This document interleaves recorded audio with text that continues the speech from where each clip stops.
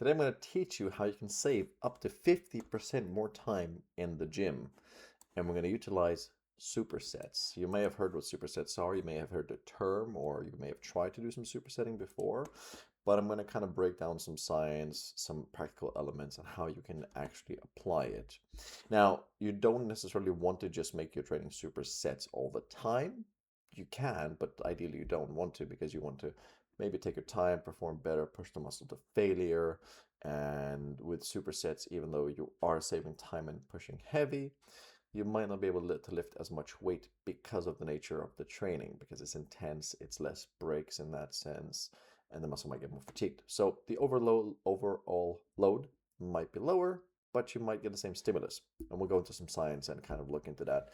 And you can kind of make your mind up yourself whether this is for you.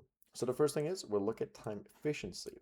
So supersets are a really good way to be time efficient with training without reducing the volume, because essentially you could come in and train two muscles in the same workout and do half the work. That's why we recommend a lot of whole body strength training for beginners. So what that might look like in terms of time efficiency and training is training agonists and antagonists, as you can tell, very, very well here as usual.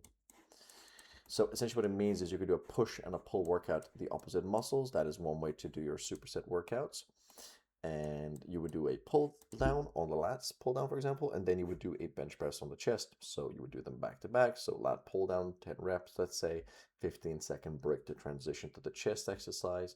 Then you take a 90-second, minute and a half, 2-minute break, 3-minute break, and then you repeat the same cycle. So it's a good way to get maintain volume load and also increase that. Now you can also do upper lower. So you could do upper body and lower body on the same day as well. Generally, it's preferred to do agonist and antagonist, so the opposing muscles. So a chest to back, bicep to tricep, quad to hamstring or glute, something like that. It's a good way. Think of it, if you poke your muscle, if you poke your muscle into a muscle, where does it come out the other end? The opposite muscle, agonist versus antagonist. Goose, come here, thank you, sir, come here, come here. Then it's a good way to do your supersets. I can't believe that my dog's now featured in my series. You're welcome, buddy. Go play. So that's the approach you would take. Thank you, sir. There's too many squeaky toys. Now, if we look at some science and we look at some analysis, this is just one study. There's many different ones. But essentially what they did was they took Goose, sir, thank you. This video is going to go really well.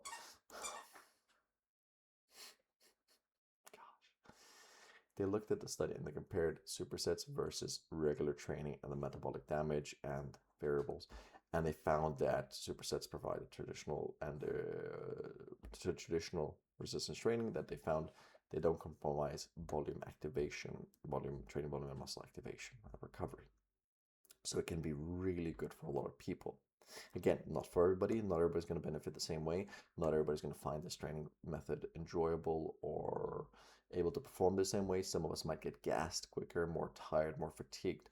But there is science to back it up, that saying superset training has the same effect as regular resistance training. So you'll save time, you'll perform just as hard. That's where it brings me up to the next one, which is perceived effort. So they tend to feel harder and produce more metabolic stress, which essentially could mean you might burn more calories because your heart rate is elevated, your muscle is working for longer and more efficiently, because a lot of people will struggle, and they do struggle to train hard when they're doing regular resistance training. A lot of people struggle to push themselves. They struggle to really get to maximum effort. And supersetting feels like a circuit training, like HIIT, you know? So then you're naturally inclined to push yourself harder and perform better. So practically that's a good way to do it. He's having the time of his life there. And yes, as I was saying, research does show that there is similar results to regular resistance training. I'm going to wrap this up here. I hope you learned something. That was a very quick video today. I wanted to get to the point. I wanted to be efficient. Anyway, so I think a lot of us, or all of you, should try and utilize resistance training in one form or another in training to see if it works. You know, do a block, do 6 weeks of resistance training where you do 2, 3, or 4 supersets in workouts, and see whether you progress better, if you save time, or you're more efficient.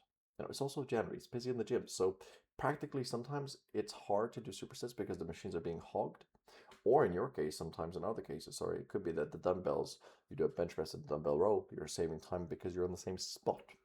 So, potato, potato. And I'll catch you in the next one.